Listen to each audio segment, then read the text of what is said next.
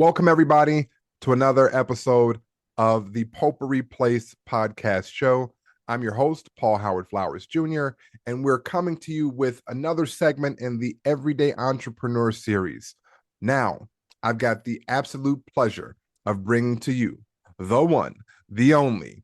This gentleman has been a champion in the direct sales space and is now taking on a new turn with the 40 Forge Challenge. I want to bring to you the founder, Mr. Jason Heinritz. Jason, how are you, my friend? I'm fantastic, Paul. How are you? A beautiful day in proverbial Hollywood, like I love to share. Though we're actually just neighbors cross border. I Yeah. moved over to Gary, Indiana by way of Chicago, and you have on a rocking with the Packers jersey, baby. We are Oh, it property of the Packers represent. today. All right, but there's no animosity, man. It's always love, and that's the beautiful thing about just the space that we're in, the place that we're in, is that we can always have a good, thoughtful, and value-driven conversation, again, regardless of where we are across the globe. So really happy to have you, really happy to have the listeners, more importantly, that can learn from listening to you. So let's just start off with most recently, most pressing, really what's there for you right now at the seat and at the helm of the 40 Forge Challenge. If we can dive into that, what it means, where it got its origins, and where you see this thing taking off.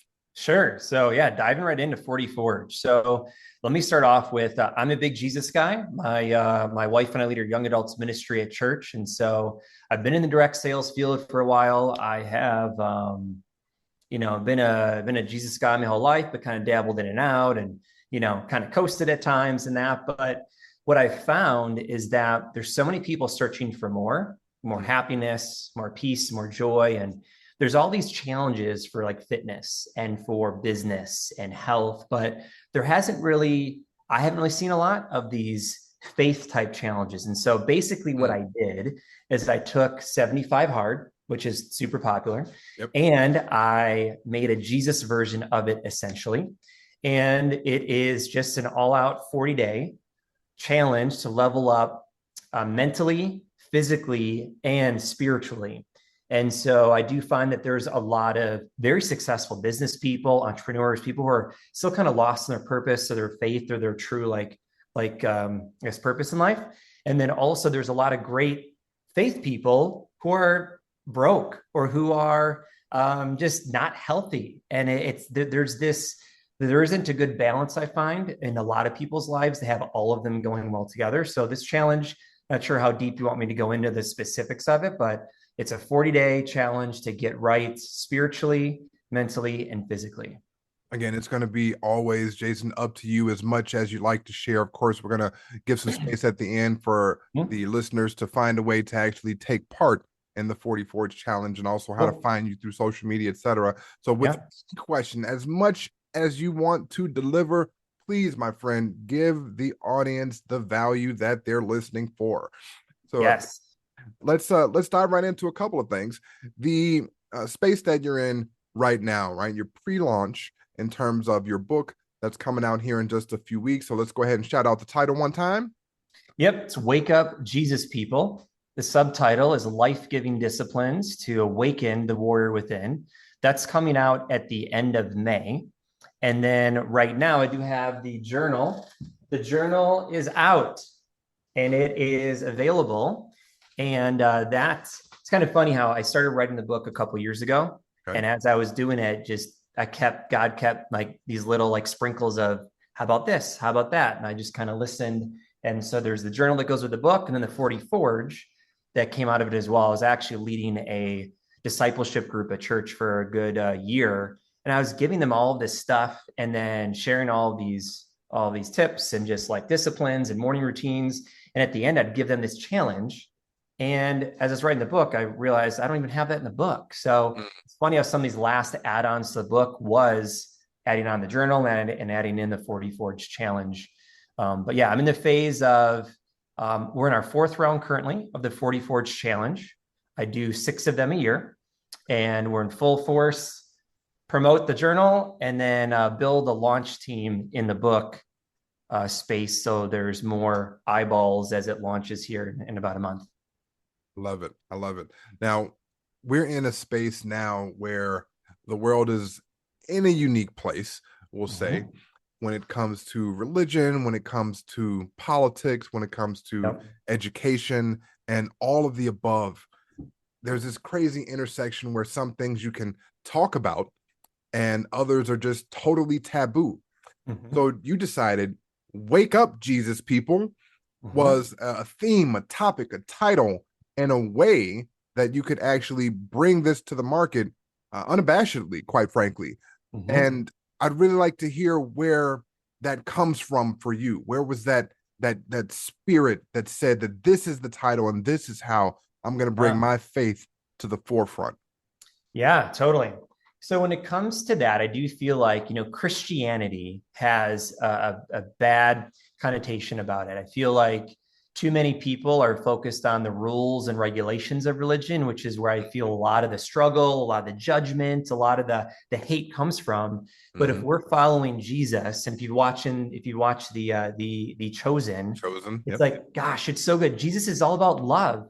And, there's so many people that are like spiritual and they're like finding their truth and all these things that really just come down to love. And really what Jesus like wanted was love others and love him. And so as Jesus people, which is what I like to call in the church I come from, likes to call us, is yes, we're Christians, but what the devil wants all these denominations to hate on each other. And we're all nitpicky and hating on different things of people and how they do things and different rules and regulations. But how about we get to like what we can agree upon is Jesus is the way. We love him. He loves people. And the closer, and like, I feel the more I can be like him, Jesus, and less like me, the better I'm going to be, the better husband, the better father, the better leader. And so when it comes to waking up, we're coasting in life.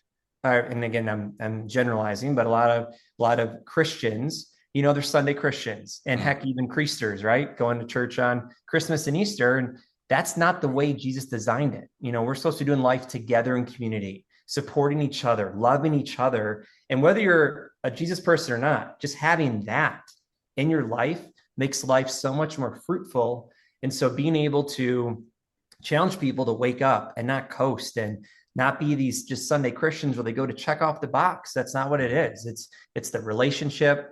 It is the working to be better and dive in and learn the Bible more and pray more and worship music more and all that to help you be just a better person and better leader in general. So for sure, the book's all about waking up with morning routines, evening routines, disciplines, being courageous, doing challenges, just doing these things that is biblical, but also that is not a specific, just denomination specific. It's just Jesus specific. And I think most people can agree that Jesus was an amazing guy and a great leader, whether they believe he rose and died again or not.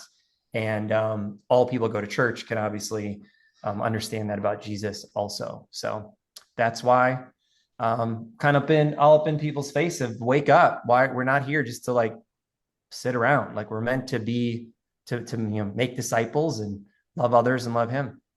I love it. I love it. So that brings to mind a verse in scripture, Matthew 7:7, I believe. Ask and you shall find. Ask and oh goodness, it's funny. It's hit me just. Seek and you shall find. Seek and you shall find. I don't know why I'm getting ask, seek, and knock out of order. Right. Thank you so much. All right. But ask, seek, and knock. Matthew 7:7. Okay. You know what? Now I'm going to have to make sure that I've got this one down. Right. Because I've used it and I want to make sure that I'm not saying it out of context. Yeah, Again, there's a lot of verses. Absolutely. Absolutely. So admittedly, I hadn't picked up my Bible on today. But right, here we go. Ask and it shall be given to you. Seek and you shall find. Knock and the door will be open unto you. So in that particular verse kind of sticks out to me when I heard your share recently, only because I've, of course, did a little bit of research. So I know some of the history in terms of your career progression and the direct sales side. So that particular verse seems to have a certain marriage with your success in your direct sales company. If you would tell us how faith within a direct sales organization, and you can mention the company and your success. Sure. mention how your faith has helped you to structure that organization and continue to drive it through still on today. Sure. Yeah. So I'm a district manager with Cutco Cutlery. So it's high-end kitchen products and all that. And it's great. I started as a rep in 2004. So like 21 years ago. I crushed it, loved it. And it's been amazing to be able to kind of be a seed plant. I like to plant seeds with others and, invite them to church or share with them, hey, how you can be a great manager and leader and still have a lot of faith. And also in a direct sales company, obviously with less, politics and, overshadowing of what the rules are, more freedom as a independent contractor, we're able to share about our faith, and they're not coming in and I'm preaching to them, but definitely in conversations, I'm bringing that up and talking about what I feel has got me through struggles, what I feel has helped keep me strong in ups and downs of direct sales. And just like for me, my anchor, my rock is Jesus. And so it doesn't have to be everyone's. I believe it should be, but obviously everyone's on their own journey. But it's like that's got me through a lot of the tough times and believing in things and having those biblical rocks of the verses that come to mind that keep you strong, and that when you have a bunch of no's in a row, like, hey, it doesn't matter. Like, God will provide, and just going into these moments of struggle and just, man, having so much more peace and joy when Jesus is a part of it. That's for sure got me through for over two decades. Yeah. But recently, I don't know if you want to go down this path at all, but for me being a Jesus guy, it's very easy in direct sales to work your butt off and to never stop working, especially as an entrepreneur. And really over the last 4 or 5 years, when I just started cleansing, meaning I was focused for almost 2 decades on building my kingdom, Jason's kingdom, his success, his Hall of Fame stuff. But people may have heard in other podcasts and with celebrities and successful athletes that they get to that point and they're like, is this it? Isn't there more? And so I felt like after just years of grinding and building, and yes, I'm glad I worked hard. Yes, I'm so thankful for my opportunity. But just over the last 4 or 5 years, it's been a cleansing from, hey, this is my job. This is not my identity. Jesus is my identity. I'm going from building my kingdom to his kingdom, and the peace and the joy that comes with that, and the being able to cut it off, especially with 2 young kids, 5-year-old and a 3-year-old, that, hey, daddy's done at 5 o'clock with working because I'm focused on you as my family, and being able to have Sabbaths and take Sundays off. And in my 20s, it was just grind time every day. It was like 12-hour days, and I loved it, but it was draining. It wasn't sustainable. And as you get older with kids and different focuses, you gotta kind of change gears. And so it's been a blessing, but also a little bit of a curse at 20s and 30s. And thankfully I've come out of that. And now it's this amazing, flexible opportunity that I can inspire and help and lead young people. I mean, really people of all ages, but about 2/3 of our workforce are like college age. And then still be able to have the time and income to be able to be with the church and be with the family and all that. Well, let's talk about that for a bit. Family. Yep. How would you say your relationship in-house has been impacted over the last couple of decades by your entrepreneurial journey? And of course, feel free to transition with bringing in children and going forward and growing forward as now a family and a father of 2. For sure. Yeah. So in direct sales and entrepreneurship, right, we talk about having things like a growth mindset versus a fixed mindset. So I find like preaching to them on what's possible and not, and just giving them encouragement, and also learning how to just have conversations with them. They're only kids, but still it's sales. Everything is sales. What do you think we're doing when we're having our kids eat their vegetables and go to bed on time? Absolutely. We're selling them on the value of that. And I'm able to have these real conversations with, the what's going to happen if they do or don't listen. And also with my wife as well, being able to have those conversations, just coaching thousands of reps and having thousands of conversations with people has really helped me be more confident and aware of what's really going on here. What might they be feeling? How can we get to the root of this? And how can we have a productive conversation and really kind of set them up? Because when I think about all the baby reps I've trained to sell Cutco, well, I'm babies, now toddlers, who like I'm teaching them how to live and how to think. And that's been super helpful. And also just to treat my house like a business, if you will. Like, Mhm. my wife and I try to have, business meetings, if you will, like meetings of what's the schedule like, what's for dinner this week, what are our upcoming trips, what's our budget, right? And if businesses have these weekly meetings or these business meetings, quarterly meetings, I mean, a marriage is pretty important. And to have that, have them on the same page and plan that out has been great. So also anything I can kind of hire out for me, my goal in the business is to elevate and duplicate myself.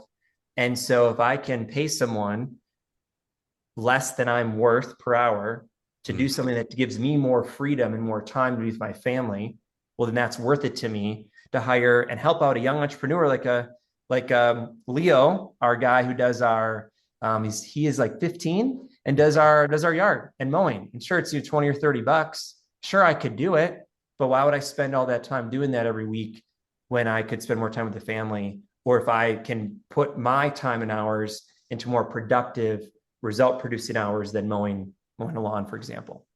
Absolutely. Absolutely. And again, time is the only essentially currency that we actually have. Money is just a byproduct of how we spend it.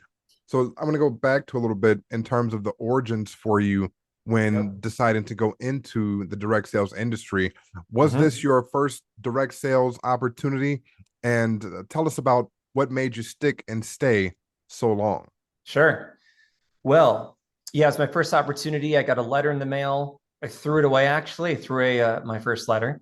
This is back in 2004. And then a couple weeks later, I got a second letter. So they do pursue, and we send out mailers to students. And so thankfully they sent a second letter because I threw away my first one and I got started.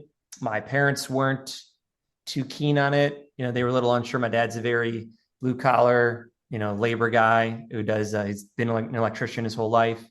And so they were a little concerned when I started, but yeah, I didn't break any records when I started. I really struggled. I almost quit twice when I broke down all the money I was like the time for training and driving to appointments and gas money and stuff back in the day. Now we do a lot of things virtually, but it was like, man, I don't know if I can do this. And so I was a hard worker. I was team captain of football and track in high school, not because I was super gifted, athletically, but because I worked hard and I wanted to do my best in whatever I did. And I just didn't feel good knowing I could do more, and I wasn't putting forth my best effort. So that in sports transitioned into Cutco, and I was just like, man, why are all these people kicking my butt? Like, what's going on? So I kept showing up to meetings. I kept learning. I just didn't give up. And I went to conferences. I was blown away by this awesome, Cutco became my sport. And it allowed me to see what I was worth. And what I loved is, before Cutco, I was working at Culver's, $8 an hour, never got a pay raise or promotion in 2 years. And man, I could grill those burgers. Man, I could mop those floors. Absolutely. But I mean, life skills and the feeling I got when I overcame an obstacle, or when I hit the next promotion, or I got that next praise at a team meeting, it was intoxicating. It was for sure addicting. And so that's what me stick with it. And they have so many carrots, they have to, because I feel like quitting pretty much every month, and sometimes every week, because it's tough. Leadership is tough. Entrepreneurship is tough. Anyone could punch in and punch out, work for someone else. There's nothing wrong with that, but it's why, again, it can be so rewarding and so challenging to be a leader and to be an entrepreneur, because it's up to you. And so, it's been a fun ride, but they have a lot of carrots dangling, a lot of trips, a lot of bonuses. And now, what's cool is in entrepreneurship and in direct sales is if you build it right, you can give yourself more time and more freedom and develop other people to help you run the organization as well. Absolutely. Now, with that, I'm going to touch on a few things, man. This is really good. So there is essentially a story comes to mind where a gentleman is asking for help because the area is flooding, right? And of course, there's several versions of the story. And he's asking God for help. Of course, the boat comes by first, Yeah. right? And then the helicopter, and then Yeah. next thing you know, he's at the pearly gates asking God, "Hey, why didn't you help me?" God's like, "Hey, man, I sent a neighbor to warn you, a boat to Yep. get you out of there, and a helicopter. Like, what else did you want me to do?" Right? Right. But in this instance, God sent that letter and said, "Hey, let's go ahead and give Jason a second chance." Right? Opportunity doesn't always knock twice. So, what would you say to those entrepreneurs out there who maybe didn't get it right the first time and have the opportunity to take on entrepreneurship again? How would you Mhm. advise them to, or not to, take that next Yeah. step? Yeah, so I believe, when you put your mind to it, especially if you have faith as well, like a lot of things are possible that we didn't think are possible, but also we do have our own God-given gifts. And so I Mhm. think it may not be that entrepreneurship isn't for someone, but that maybe that area of entrepreneurship, right? Just like there's dozens of ways to make money in real estate, Right. but like which one? Are you flipping houses? Are you fixing them up? Are you rent them out? Are you doing Airbnb? Like there's so many different ways to do it. So I'd say if someone really wants to get in entrepreneurship, be ready to bust your butt, kicked in the teeth, be ready to feel discouraged and to be hated on because it's different and people question going against the what the norm is.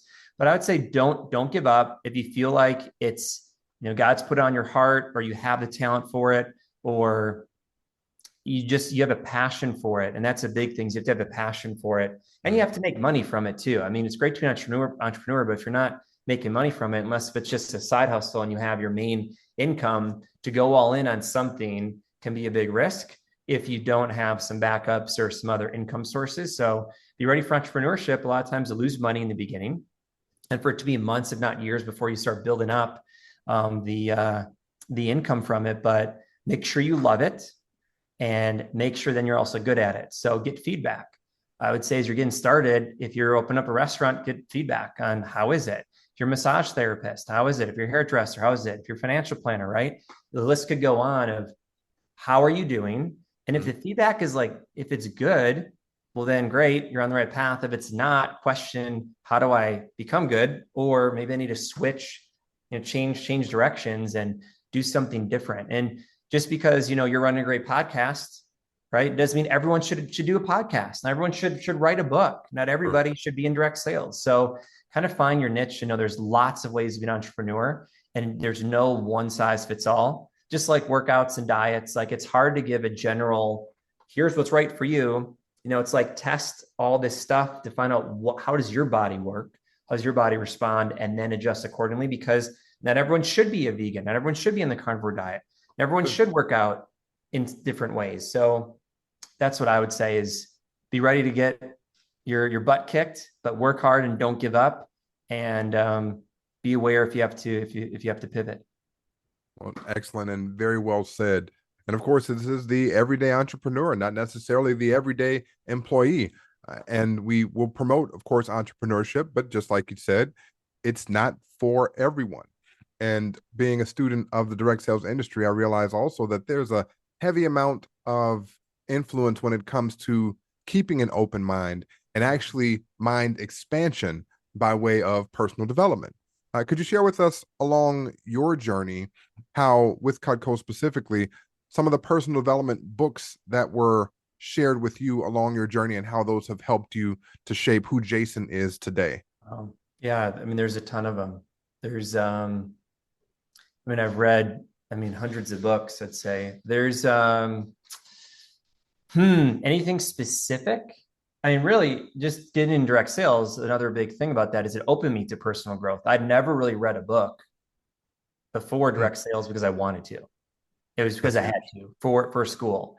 So when I started learning and hearing about some of these early books, and there's the Think and Grow Rich and the 7 Habits of Highly Effective People, and some classics in there. But I would say, yeah, I'd say, well, the Miracle Morning is a big one by Hal Elrod, and that's really like my Wake Up Jesus People is kind of a spinoff of that, more of a Jesus version of it. There's a lot of that kind of stuff in there. Okay. That was huge. Of course, the Bible is huge for me. Absolutely. But when it comes to, the E-Myth, I believe that's by Dan Hardy. That was really good. And there's so many. I can look back and like there's almost any book I've read, I've been able to take something out of it. And it's like, great, I read 300 pages to get that one thing out of it, but that one big thing could have been a game changer. That's where it's hard to think of like one main book that really did it for me. There were different points in my journey, different points in my career that different books helped. And I'd say just keep growing and keep finding those books, keep reading. It's so cool nowadays with technology. There's so much, everything's at our fingertips to learn a podcast or a book. And it's amazing. So there's so many things out there, but yeah, personal growth is a huge part of direct sales and the journey here, because man, if I'm limited on what I know, it's not very pretty. There's a lot I still have to learn, a lot I have learned from other people and tried to implement. Well, I mean, at this point, you seem like a very well-rounded, a very outspoken person, again, running your family like a business, running your business in the way that it should be, and also being able to bring faith to and through every aspect of your life. So I'm curious, when it comes to speaking out boldly, about faith online, have you faced any backlash, and how do you keep grounded, in the face of that? Sure. One, I would say anytime you have a strong opinion, you are going to have some backlash. And are you going to focus on the 90% that's usually positive or the 10% that's negative? That's in general.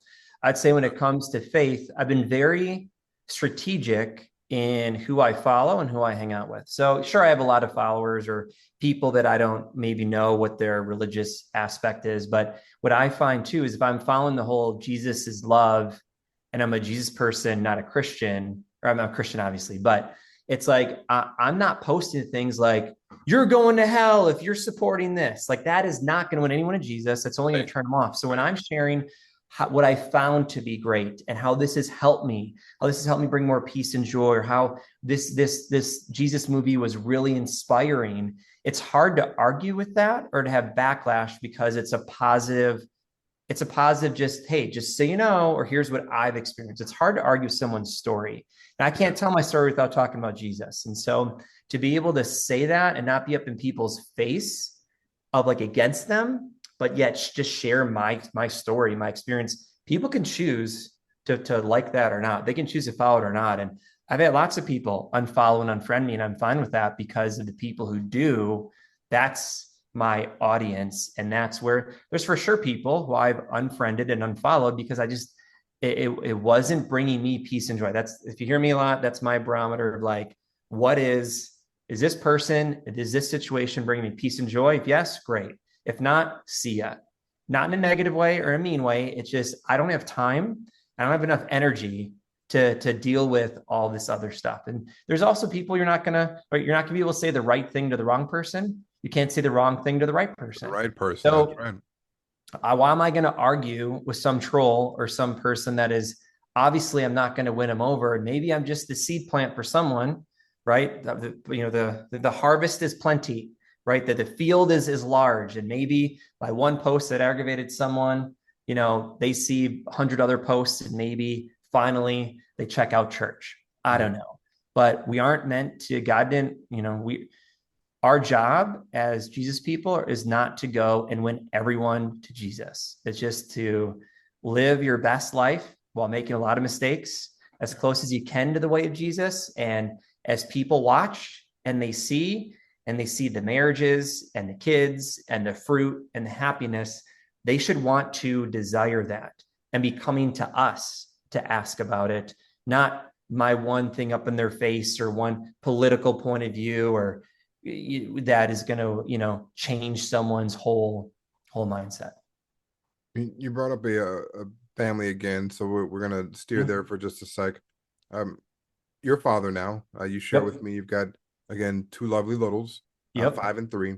Yep. And when it comes to being a parent, that adds a whole additional layer of complexity to everything, quite frankly, who you identify as a person, how you identify as a spouse, a community leader, a servant. So tell us, Jason, how is fatherhood for you?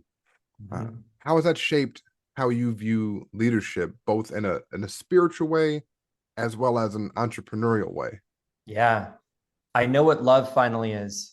Mm, Um, I was mm, pretty rude. I wouldn't say rude. I was pretty direct. I'm still pretty direct.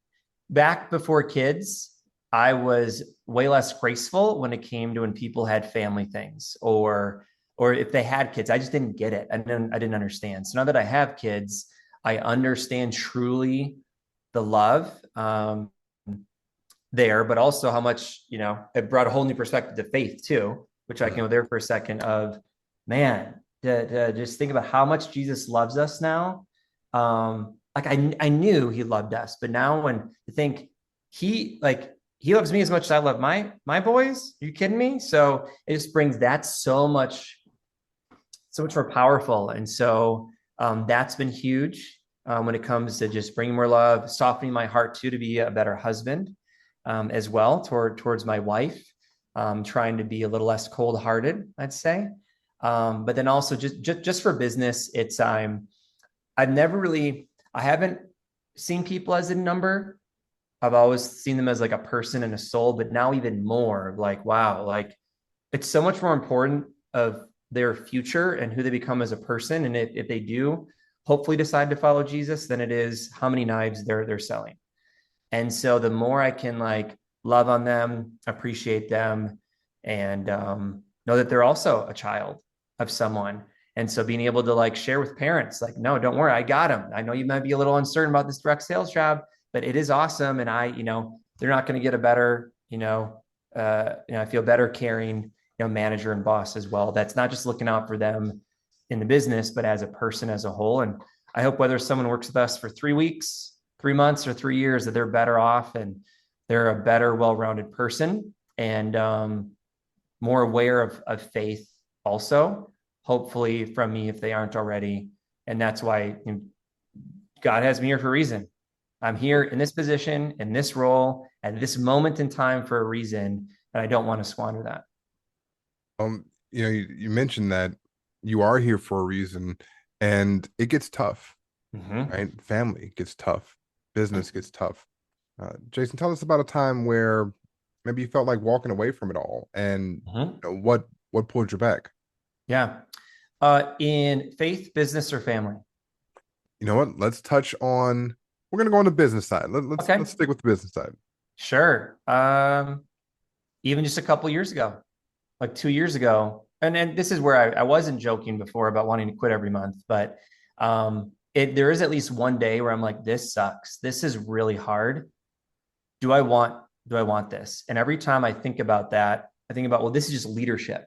It doesn't matter where I go in my wheelhouse. Like I want to be a leader. I want to help and direct people. So I'm going to face these challenges in almost any business or situation. It just happens to be in Cutco right now. And so even a couple of years ago, I mean, there's a lot of stress and a lot of pressure in my role. And I stepped down from one position down to another. And it's so much better for my family and my peace and my joy. Just the way, and again, this is a great example of knowing your talents. Yeah. I'm a very good number two. I'm a very good like COO. I'm a very good like person. Like, but when it comes to the making all the decisions and leading everyone, and like it's all up to me. And I'm like, there's so many ways to do this. Even in our company, there's so many different. It's like 90% the same. There's so many different ways to go about training and interviews and coaching people. And so I just was this decision fatigue and this stress. And am I doing this right? Am I leading these people right? And so also COVID in there doesn't help. In Of course. 2020, having 2 kids in there doesn't help. But I got promoted to this next position. I'm like, sweet, that's what I've been going for in 2019. That's what I've been shooting for. And then I got it. And then it just was this slow or just this coast. And I'm like, man, this is really tough. And so I just like went back to when was I thriving most? When Mhm. was I the most excited and doing the best? And it was as a district manager versus the division manager.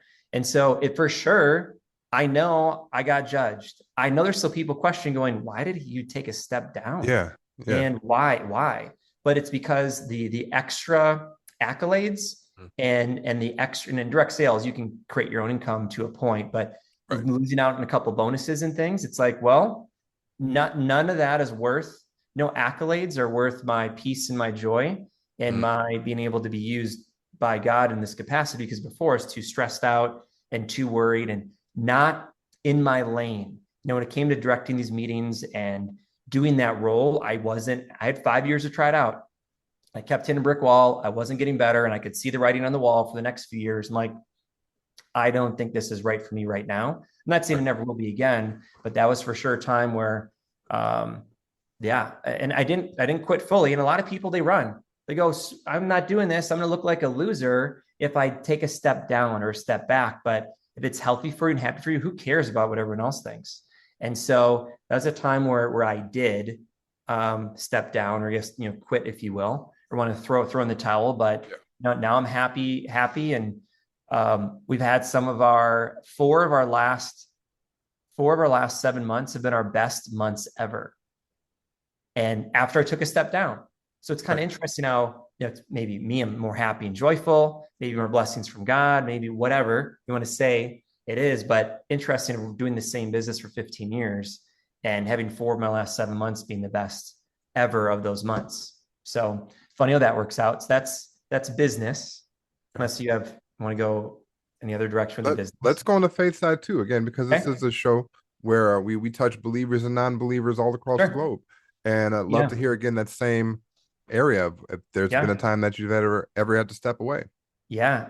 Never stepped away from faith, but for sure stepped back. In my 20s. So I was born and raised in a very, very good Christian home. I was more my parents' religion and not mine. Wasn't really a relationship with Jesus. It was more of just religion. And so non-denominational is what I was raised in. Went to college for sure. Slipped a little bit. Was 1 foot in the world, 1 foot out. Still going to church, but I was just a Sunday Christian. I had my morals and my faith, but was partying a lot, having a lot of fun. And then in 2020, or when I was 23 years old, I just stepped back. I slipped back. I was still going to church, but I was for sure focused on building my kingdom, on my fun, the pleasures and the cars and the partying. And it got to be so much that I was just blinded. I was living with 3 non-Christian roommates.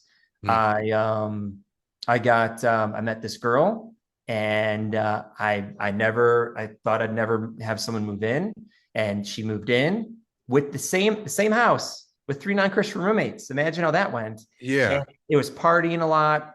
I was either drunk or high. I wouldn't say drunk, but I was as partying a little bit, as either having something in me there most nights of the week. And I was just caught up in that lane and pursuing all of that. And so much so that I was blinded by the partying, the sex, the fun, that I got engaged to this girl. And, she's great, wonderful, but definitely not in my, who I really wanted to become. As in, once we got engaged, it started getting real. And I'm realizing, wait, I really want someone who's really positive, who's really into Jesus, who's really into dreams and growth mindset. And this person just wanted to stick on the party lane, stuck in the instant pleasure lane. And I realized, wow, I'm really pulling the weight here. And we were both pretending to be someone for ourselves. And so, or for each other. So I wanted to be over here, Jesus, positivity, future growth. She was seen more on this end of in the moment, party time. And we were both trying to pretend for each other. So as we got closer to marriage, I was I've really drifted from my faith, and this has gotten really bad. And I'm about to marry this person who this for sure is not going to end well. And my parents and my premarital counselors were like, if you were to marry, if she didn't change, would you marry her? And I said, hell no. So I'm like, okay. So I cut it off. I dove back into church and dove back into personal growth, dove back into who I wanted to become, because I definitely drifted from that. And I wouldn't say almost quit it, but I definitely took my mind off of it, right where the devil wanted me, distracted in Jason land, pleasures and fun. And so this step was like a determining factor of, nope, look at what almost happened, because I took my eye off of keeping Jesus as a number one priority in my life. Yeah. And then I changed gears, go back into church, like I mentioned, didn't date or anything for a year. Read the Bible, started having morning routines, all of that. And then sure enough, a year later, when I had given up some hope of finding someone, one of my old coworkers who also went to high school with my now wife, Abby, messaged us on Facebook and said, "Hey, I don't know how you two are both single, but you both post a lot about Jesus. You both post a lot about health. You both post a lot about positivity. I don't know how you guys are both single. You guys should totally meet." Wow. And now we're married with 2 kids. So I love it. that's personal. If Yeah. nothing else, really being outspoken about what you care for Yeah. can bring, of course, the naysayers. It can also bring some of the biggest blessings and best blessings that you never knew that you were prepared to take on, i.e., wife now and 2 children. So, kudos to consistently and continuously being outspoken. And that's definitely a lesson that we can begin to land the plane on. So, with that, there's a few, I'll call it canned questions that I Okay. do like to ask. Okay. And Jason, I love that you again are so outspoken. But as I was doing some of my research, there's something that I didn't quite find out about you, and I just like to ask you here, uh, Jason. What's your middle name? Russell. Jason Russell, Jr. So Jason Russell, where's the story behind the Russell? Where's that come from? It's my dad's name. Love Yep. it. And then my son, Micah, his middle name is Jason. Ah, okay. Yeah. So very similar. We were passing it along, Yep. passing that lineage and that legacy. Excellent.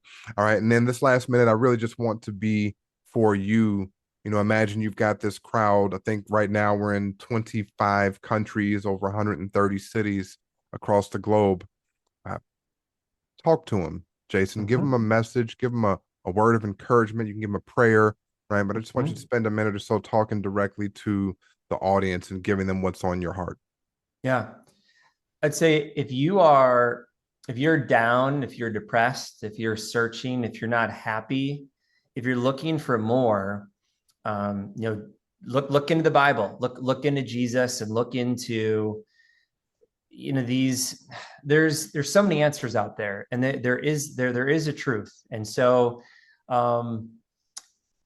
things are getting crazy out there, right? And so we can see evil more clearly these days, and we can see the light more now these days too. And so just look at the happy people, the successful people, the positive people. Look at the good marriages. Look at those good kids that are raised, and just look at the clues that are left, and just assess. I don't have to sell you on anything, but just assess, like, what are they doing differently, and do your best to try to move towards them. I'm not saying every happy and successful person is a Jesus person, but I will say that when I look at the people who I find that are the most filled with peace and joy and love, there's usually some correlation there.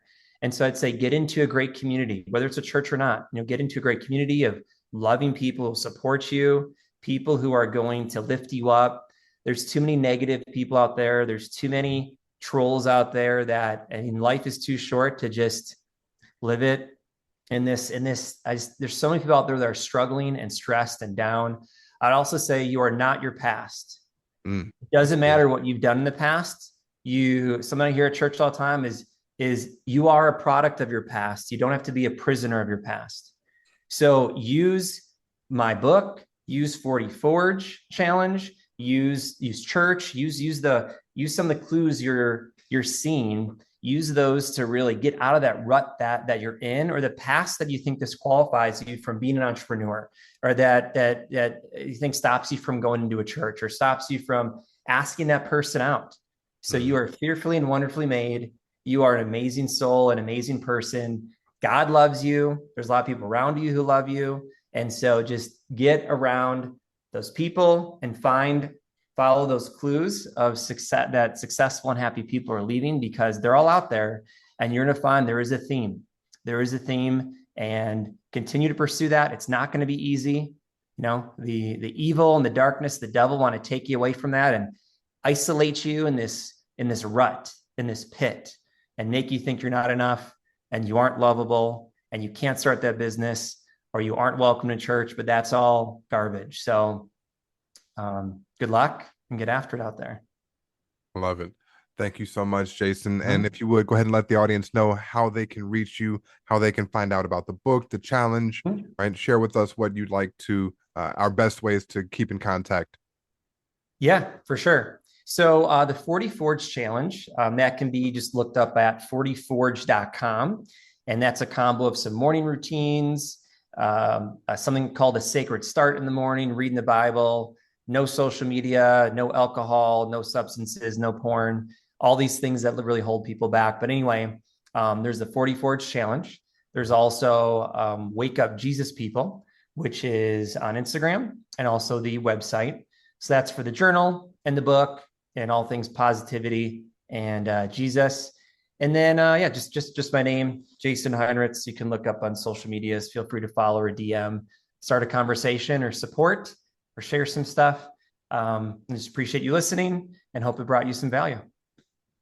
Excellent. Absolute value. Thank you so much, Jason. And to all the listeners out there, again, we're going to have the links to his socials, book, and 40 Forge in the show notes. So definitely stay tuned.